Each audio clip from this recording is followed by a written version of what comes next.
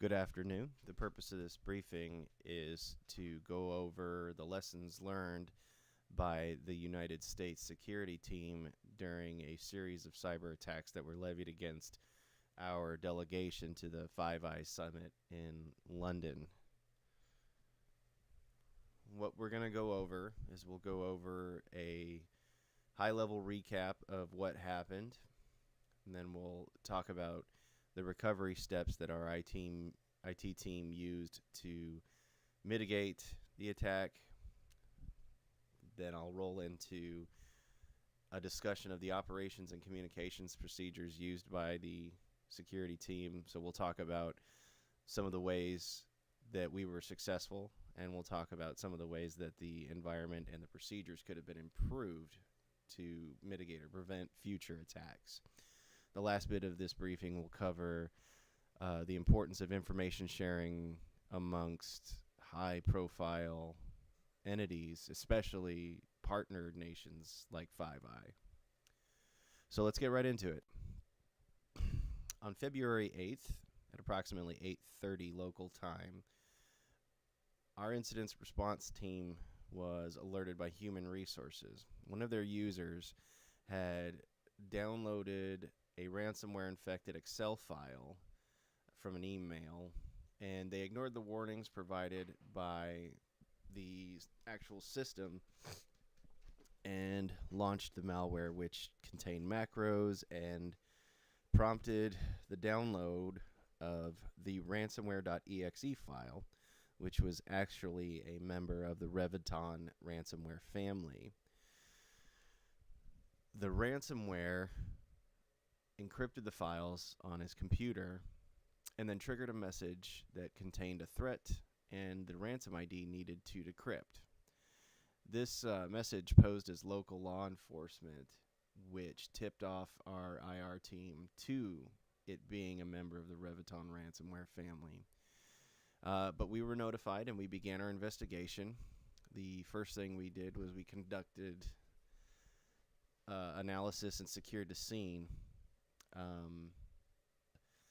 Attackscript.txe, ransomware.exe, and then an arbitrary file called info.text.docx, and lastly the CYB670 image.jpg. And a couple of those files were actually unnecessary during the exploit, but we thought they might be able to actually find some of the information necessary to decrypt the ransomware. And so we decrypted the info text with CryptTool, and then we found a hash in there, which we then cracked with offcrack, and then we found the password needed to extract the unlocker.exe file. The ransomware ID provided to the victim was used to access the unlocker.exe decryption key, and we were actually able to delete the entire ransomware and restore the systems to working. We used a backup for that. Now, this cost us 2 hours of downtime, but we were able to fully restore the systems. So what went right for us as part of the recovery operations was that, well, we were fast.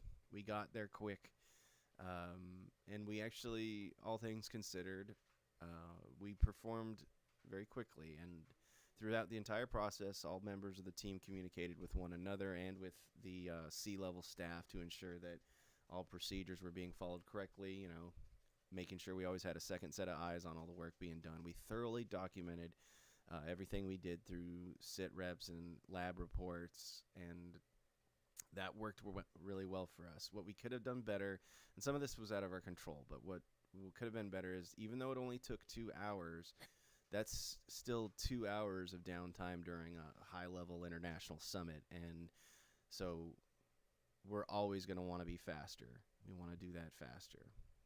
We had to use tools that were a little dated, and they were certainly open source, and so not necessarily tailored to specific use cases. But so in the future, we'd like to have perhaps tools that we use more regularly, or perhaps a suite that's custom tailored to our needs. And as far as the last improvement, I think this is probably a sticky bullet for every presentation by a cybersecurity professional since the dawn of cybersecurity, and that's the user awareness program. A user downloaded an unknown file and executed it. That's bad business practice number one with a bullet. And so a robust user awareness program to improve the knowledge levels and the security practices of our users would definitely improve the situation. As far as the environment goes, there's some things that we can tweak to prevent this kind of thing from happening again. First thing you want to look at is hardware layer.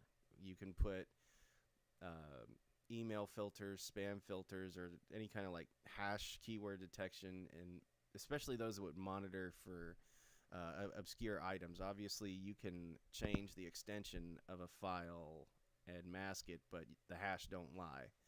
So adding that as part of our stack will increase our security levels. Reviton's an older family of ransomware, and most antivirus systems should have been able to pick that up, but it didn't.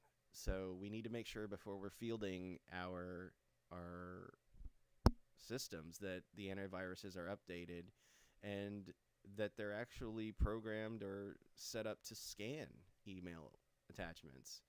I already touched on cyber awareness training as a requirement, but I don't think I can touch on it enough. The more, the better. And the better is more, if that makes sense. You don't want the mandatory 1 hour every quarter training. This needs to be engaged, innovative training. Otherwise, it's just checking a block, and we don't want to do that. Like I said, Reviton is known, and it does exploit critical vulnerabilities, and patch management should have caught that, and it didn't. So making sure that we have the best patch management system out, testing the less critical ones before fielding, but getting the security labeled patches out as soon as possible for core properties as well as third-party peripheral softwares is the most important thing we can do. A better tools, more people. Offcrack and CryptTool are, like I said, they're free, but there are better ones out there, and having more people will only increase our ability to perform. So we'll be faster, better, stronger. And lastly, standard operating procedure. We were lucky on our team to have some very experienced professionals working with us.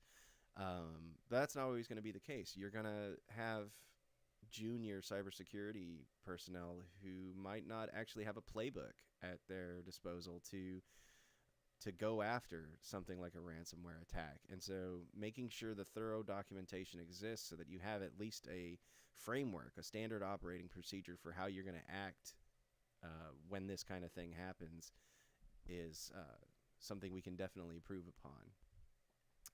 The last thing we're going to talk about is information sharing. The Five Eyes partner countries need to trust each other, and to do that we need to share what we know. So if we were attacked by ransomware at an international conference, there's a very good chance that the other nations are at least being targeted.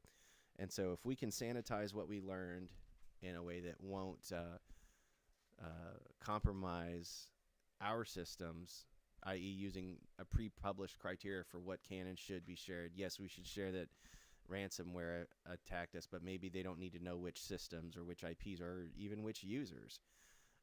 But we can definitely share the technical details of the how and why, and more importantly, we can share the what we did to get rid of it. Because when we're all on the same page about cybersecurity, that's going to facilitate growth and trust. It's going to help us predict and prevent future attacks. Let's say New Zealand gets hit with something and we've never seen it, but if they share the information, we can certainly harden our systems before we get hit. And so we as a partnership grow through the knowledge of the individual. And that's going to give us a unique perspective on the attacks as they occur. So the information sharing is critical, especially at this level. This concludes the briefing, and we'll stand by for your questions.